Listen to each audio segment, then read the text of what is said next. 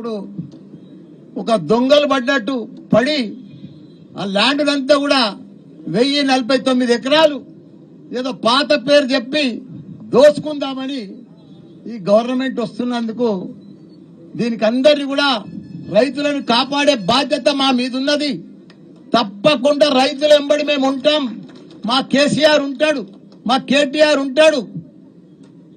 రైతుల రాజ్యం మన టిఆర్ఎస్ ప్రభుత్వం అప్పుడు ఉన్నప్పుడు బ్రహ్మాండంగా జరిగింది. కానీ ఇప్పుడు కాంగ్రెస్ వచ్చిన వద్దుగా బాధలే బాధలు, బాధలే బాధలు, కబ్జలే కబ్జలు, కబ్జలే కబ్జలు.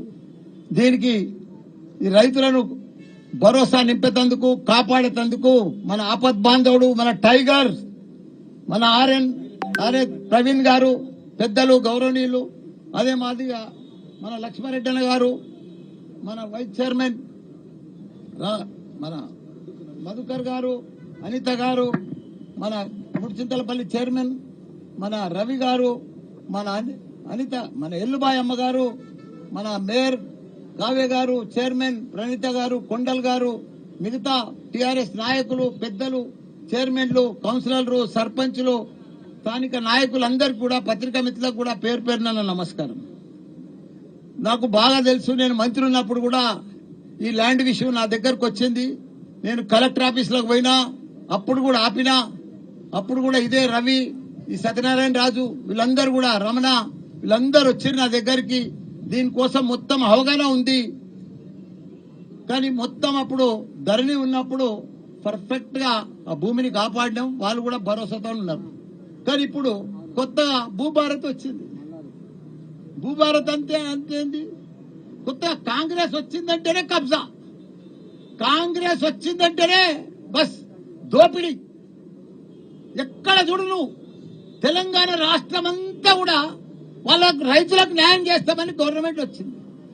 అంతటా న్యాయమే, ప్రతి జాగలో ఎగ్గొట్టేదే రైతులను. వాళ్ళు కాంగ్రెస్ అంటేనే కాంగ్రెస్ ఎగ్గొట్టేది.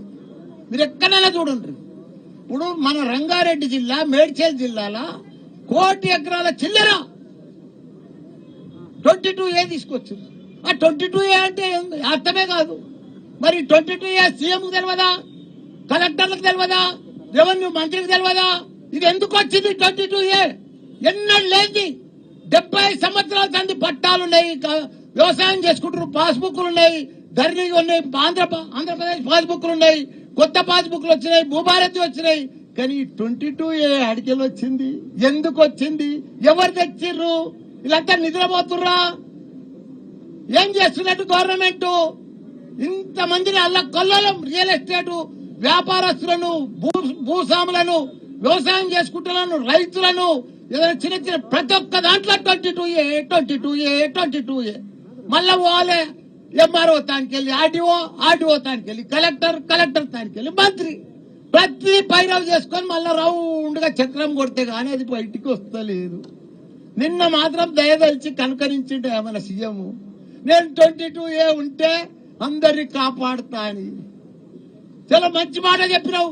మరి 22 ఎట్లా వచ్చిందో నువ్వు ఎంక్వైరీ చేయవా? నీ బాధ్యత కాదా? నువ్వు సీఎం కాదా మన రాష్ట్రానికి? అదంటే నిన్న బాధ్యత గల సీఎం లెక్క ఒక మాట ఇచ్చినావు, నేను ఇది కాపాడుతా అని. మరి ఇదేంటి బొమ్మరాజపేట ల్యాండ్ 1000 ఎకరాలది, ఇది నీకు బాధ్యత కాదా? స్థానిక కాంగ్రెస్ నాయకులకు బాధ్యత లేదా? ఎవరు చేస్తున్నారు ఇదంతా? ఏ చేతవాడి చేస్తున్నా? చేతవాడితో అవుతుందా? ఈ నంబర్లన్నీ ఎవరు మారిపోతున్నాయి? ఎట్లా చేతవాడితో మారిపోతున్నాయా? ఎవరిని తెలుస్తలేదా? ఎట్లకెళ్ళి మారుతున్నాయి ఈ నంబర్లన్నీ? ఎవరి పేరు మీద చెప్తున్నాయి? ఐటీసీ కంపెనీది 50 ఎకరాలు మాయమైపోయింది. మరి చేతవాడి మాయం చేసిరా? ఎట్లా మాయం చేసిరు? ఈ భూమి ఎవరి పేరు మీద పోయింది? ఎవరికి ఎక్కుతున్నది? ఎందుకు ఎక్కుతున్నది? ఎందుకు చేస్తున్నారు? 50 ఈయనది పాస్బుక్ 1975 లో ఉంది. 50,000 ఇల్లు అయిపోయింది. పాస్బుక్ వచ్చి, ప్రొసీడింగ్ వచ్చి, అప్పటి సంది వ్యవసాయం చేసుకుంటుండు. అప్పుడు కాంగ్రెస్ ప్రభుత్వం ఉంది కదా, ఆ టైంలోనే పాస్బుక్ అయింది కదా. మరి ఇప్పుడు ఎందుకు మారుతుంది? ఎవడో వచ్చిండని, సాదా బైనామని, కోర్టు కేసు వేసిండని, ఏదో జర్రాంతుందని, అమెరికాలో ఉన్నోడు ఇక్కడికి వచ్చిండని, 50 ఏళ్ల కింద పోయినోడు, 60 ఏళ్ల కింద పోయినోడు ఇప్పుడు వచ్చిండని వారికి మీరు హెల్ప్ చేస్తారు. ఈ చిన్న చిన్న రైతులు 6 ఎకరాలు, 5 ఎకరాలు, 3 ఎకరాలు, 10 ఎకరాలు వ్యవసాయం చేసుకొని బతుకుతున్నారు. నీకు ఈ పాస్బుక్ కు వాల్యూ లేదా, ఈ ధరణికి వాల్యూ లేదా, భూభారతికి వాల్యూ లేదా, ప్రొసీడింగ్ కు వాల్యూ లేదా?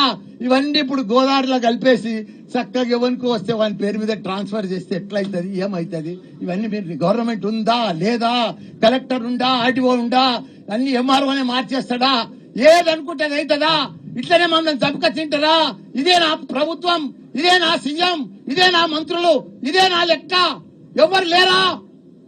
అంతా చూస్తుండగానే పగడి దొంగల లెక్క లూటీ చేస్తారా? ఈ భూములను అంతా మాయం చేసేస్తారా? భూములంతా పేరు మార్చేస్తారా? భూములంతా దయచేసి నేను సీఎం గారికి రిక్వెస్ట్ చేస్తున్నా, మీరు ఎంక్వైరీ వేయాలి, ఈ రైతులను కాపాడాలి, ఈ భూములను కాపాడాలి. ఎందుకంటే మీరు కాపాడుతా అని చెప్తున్నారు, మీరు మాట ఇస్తున్నారు, కానీ కింద ఏం జరుగుతుందో మీకు కూడా తెలుసు. మీరు డైరెక్ట్ గా దిగి ఇమీడియట్ గా బొమ్మరాజపేట రైతులను కాపాడాలి. స్థానిక నాయకులు కూడా రేపు ఓట్లు అడుగుతున్నారు, మేము ఎలక్షన్లు నిలబడతామంటున్నారు. మీకు బాధ్యత లేదా?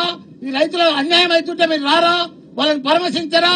వాళ్ళని కాపాడరా? మీ గవర్నమెంట్ ఉన్నప్పుడు మీ సీఎంలు, మీ మంత్రిత్వానికి దొరకపోరా రైతులను? ఇది అవుతుందని ఇదే మాదిరిగా మన కోదండరామరెడ్డి సార్ వచ్చిండు, ఇదంతా భూమి తిరిగిపోయాడు, 1000 ఎకరాలు తిరిగిండు. ఆయన రిపోర్ట్ కూడా ఇచ్చిండు గవర్నమెంట్ కు. ఈ రైతులకు వీళ్ళకే న్యాయం జరగాలి, ఈ భూమి వీళ్ళకే ఉన్నది, ఈ పట్టాలని వీళ్ళది కరెక్ట్ అని చెప్పి రిపోర్ట్ కూడా ఇచ్చిండు. మరి కోదండరామరెడ్డి సార్ ఇచ్చిన దానికి కూడా వాల్యూ లేదా? ఆయన వచ్చిపోయిన దానికి కూడా లేదా? ఆయన ఒక ఎమ్మెల్యే, ఎమ్మెల్సీ, ఆయన కూడా పెద్ద మనిషే. మీ పార్టీలో దాంట్లో కూడా పార్ట్ ఆఫ్ ఉన్నాడు కదా. అంత పెద్ద మనిషి కూడా ఈ పేద రైతులను కాపాడుతందుకు వచ్చినప్పుడు మీరు ఆయన మాట కూడా వినరా? దయచేసి నేను గవర్నమెంట్ కి చెప్తున్నా, ఈ భూమి మీరు కాపాడే బాధ్యత, రైతులను కాపాడే బాధ్యత మీది. తప్పకుండా మీరు కాపాడాలి, తప్పకుండా మేము వదిలేదే లేదు. బొమ్మరాజపేట రైతుల తరఫున టీఆర్ఎస్ ప్రభుత్వం ఉంటది, మా కేసీఆర్, కేటీఆర్ ఉంటాడు. మేము వాళ్ళ అండా నిలబడతాం. ఎవడొస్తాడో రమ్మని, ఎట్లా వస్తుందో పేరు మారుతుందో చూడమని గ్యారంటీగా మేము వాళ్ళ తరఫున ఉంటాం. ఒక్క గుంట, ఒక్క భూమి కూడా ఇవ్వం వాళ్ళకి. మేము తప్పకుండా ఇక్కడనే ధర్నా చేస్తాం, వాళ్ళని వదలం. ఎవడొస్తాడో చూస్తాం. ఈ ఆర్డీఓ గాని, ఎంఆర్ఓ గాని వీళ్ళంతా మోసం చేసి ప్రభుత్వానికి కకృతి పడి వీళ్ళు రాత్రి పేరు మార్చుతున్నారు. వీళ్ళందరూ వీళ్ళని కూడా భర్తం. ఎందుకంటే ఎవరిని ఇడిచేదే లేదు. తప్పకుండా రైతుల పక్షాన ఉంటాం. మా కేసీఆర్ తప్పకుండా మమ్మల్ని అందరూ ఇక్కడ పంపించిండు. తప్పకుండా ఆయన పేరు నిలబెట్టి, తప్పకుండా భూభారతి వచ్చినాకనే వాళ్ళు ఆగమవుతున్నారు. తప్పకుండా రైతులను కాపాడాలి. సీఎం గారికి కూడా రిక్వెస్ట్ చేసి చెప్తున్నా, మంత్రులకు కూడా చెప్తున్నా, ఈ భూమి వాళ్ళది, వాళ్ళకు పట్టా ఇవ్వాలి. వాళ్ళ పట్టా ఉంది. 50 ఏళ్ల అసలు వాళ్ళు జరగకుంటున్నారు. దాన్ని ఎక్కడ కూడా ఎవరికో వచ్చిన బినామీ, సాదా బైనామీ అని చెప్పి పేరుతోటి రాస్తే మేము వినము. తప్పకుండా వాళ్ళ పక్షాన ఉంటాం, వాళ్ళ భూమి కాపాడుతాం, వాళ్ళ ఎంబడి ఉంటామని కూడా మనం చేస్తున్నా. జై తెలంగాణ, జై కేసీఆర్.